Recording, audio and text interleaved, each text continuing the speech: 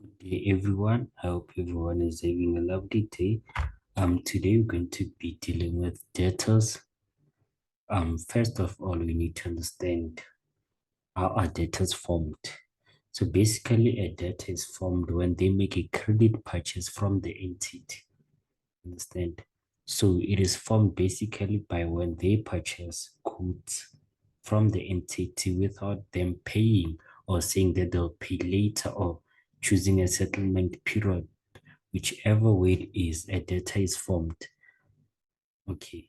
So sometimes debtors can become tricky, but we'll break it down for you. So debtors with the credit balances should be shown as creditors. The reason being is because of sometimes you might find out that a debtor has paid a lot of money. So let's say they were owing 5,000, now they paid 6,000. I don't know how by coincidence or they have forgotten how much they owe to the entity.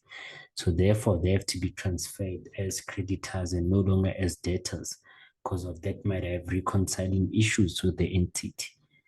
Okay. So sometimes a debtor's account may become irrecoverable when the debtor is unable to settle his account. So this is normally known as a credit loss or a bad debt in the past. So when a debt is unable to pay, we write them off as irrecoverable or credit losses. So this credit loss will often affect our statement of profit or loss. Okay. So as it says, in such case, that debt is no longer an asset because of we can no longer obtain future economic benefits from that debt because of that debt will not pay us. Therefore, we expect to obtain zero amount of money or zero amount of value in goods from that debt. So the debtor must therefore be written off as an expense. This expense is called a credit loss. So this is why credit losses often occur in the company, is when a company makes the assumption that ABC Ltd will not repay us due to this and this. Okay. So let's dive into an example so that we can all understand this better, right? Um, Sometimes entities provide a settlement discount to a debtor to encourage them to pay earlier. However, this doesn't always work as sometimes a debtor is bankrupt, therefore there's no way that they can repay the money even though a settlement discount is given.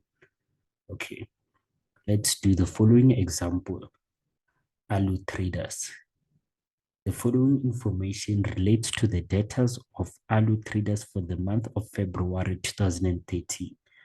Alu Traders sells tires to the public and to other tire repair businesses. Alu Traders is registered for VAT. It is the policy of Alu Traders to grant settlement discount of 5% on account settled within 30 days from the date of sale.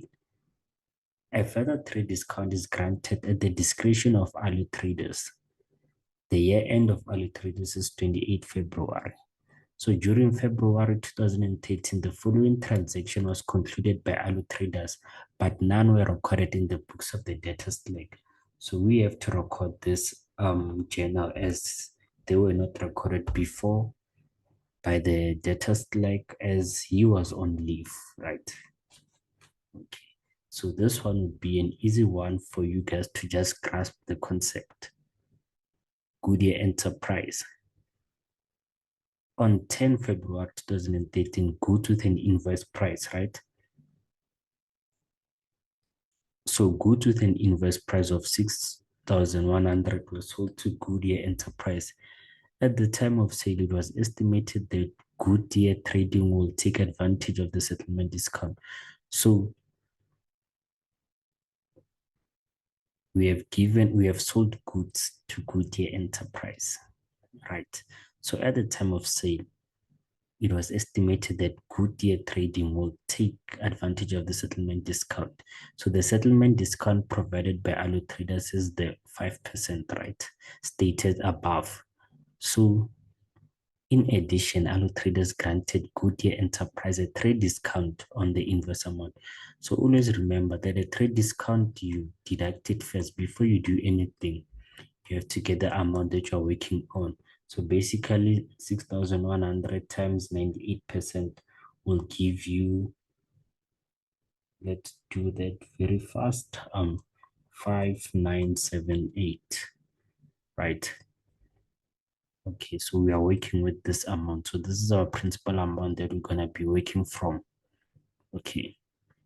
Goodyear Enterprises paid on the 2nd of March 2013. So this part, we won't take it into account. Why? Because the required says provide the journal entries to record and correct the above transaction in the books of allo traders for the month basically February 2013. The 2nd of March 2013 is a month after this. A month after February, basically the following month. So you won't take it into account. So there was the trick there, which you had to conclude in order to avoid negative marking if it is present. Okay, now let's partake into the transaction. On the 10th of February 2013, goods with an invoice price of 6.1 were sold. So this is no longer our principal amount. Our principal amount is this one. So we're focusing on this one. We're sold to Goodyear Enterprise at the time of sale. It was estimated that Goodyear Trading will take advantage of the settlement discount. So this amount, right, will take advantage of a 5% settlement discount. Okay. In addition, allo traders granted the trade discount on the invoice price. We have already dealt with this part of the transaction. So now we are focusing on recording the sale. So as we all know that sales will be less trade discounts and any VAT that is present, right? So be careful that this year is 2013, right? This is before VAT was 15%. So now we have to take into account that in 2013, VAT was 14%. So therefore, we have to take our principal amount, which is 5978. We're removing the VAT and we multiplying with the net amount, the net settlement discount amount, basically. So we're gonna get to an amount of let's quickly compute this into our calculators. 4978 times 100 over 114 times 95%, which gives us an amount of 492. So therefore, when we make a sales, you know that it is income. Income increases where? On our credit side. Therefore, 4982. Okay, perfect. Therefore, we have sold goods, right? And they pay the next month. Therefore, this is the indication that this person is a debtor, because if they don't pay immediately, they pay after a period. So this person is a debtor, so this will affect our debtors amount. Therefore, we're going to use our principal amount, because of debtors is inclusive of everything, our sales, discount, our VAT. Therefore, our principal amount will be 5978. And always remember that debtors always increase on the debit side as this is an asset, right? So our output VAT, right? We have to calculate our output VAT based on the principal amount. As I said earlier on, that we are working from our principal amount, okay? So which is gonna be 14 over 114, and therefore output VAT. The reason why I'm saying it is output VAT is because of when we make a sale, it is income, and output VAT is levied on goods supplied by a vendor, right? Okay, so now our VAT amount, let's quickly compute into the calculator, which is 5978 times 14 over 114, which gives us an amount of 734. And output VAT, we all know it is on the credit side. Because of output VAT is essentially a liability to SARS, therefore liabilities increases on the credit side. Okay, then allowance for settlement discount. Allowance for settlement discount.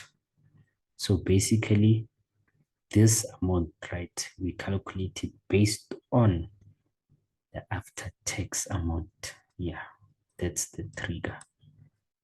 Okay, so we calculate the after-tax amount at 5%.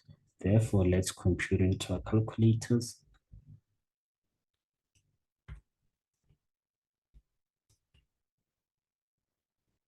Therefore, it gives us an amount of 262, right? So always, these are the only things that they can trigger you with a credit sale. Yeah. If you know how to account for VAT, then there's no trick that they can give you. You must always know also how to account for the allowance for settlement discount. Always reading the required so that you don't miss such things. Okay. This brings us to the end of the lesson. I hope everyone gained some fruitful knowledge. See you on the next video. Cheers.